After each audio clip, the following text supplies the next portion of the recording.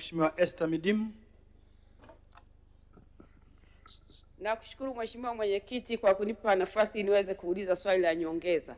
Kata ya Mpindo na kata ya Budeko wilaya ya Maswa kuna shida sana ya maji. Je, ni lini serikali itachimba visima virefu katika kata hizo? Asante, majibu kwa kifupi. Mheshimiwa Mwenyekiti, napenda kujibu swali la nyongeza la Mheshimiwa Esther Midimu, mbunge wa viti maalum mkoa wa Simiyu. Kwanza nimpongeze sana dada yangu kwa kazi nzuri anayoifanya na kwa watetea wa kina mama wa mkoa ikiwemo wilaya zote za mkoa wa Simiyu.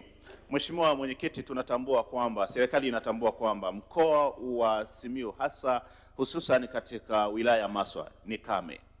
Na kwa muktadha huo tunaelekeza zaidi nguvu katika kuchimba mabwawa ili yaweze kutumika kama njia mbadala. Maji chini ya ardhi kwa upande wa Maswa ni changamoto, lakini wataalamu wetu wanaendelea kuhakikisha kwamba wanafanya tafiti za kutosha pale ambapo tunabaini kwamba tuna uwezo wa kupata maji yanayostahili na yenye ubora unaotakiwa, basi serikali itaendelea kufanya hivyo. Lengo ni kuhakikisha kwamba vijiji vyote 1575 ambavyo bado havijafikiwa na huduma rasmi ya maji safi na salama kufikia mwaka 2030 vio vimepata maji safi na salama. Asante sana Mheshimiwa.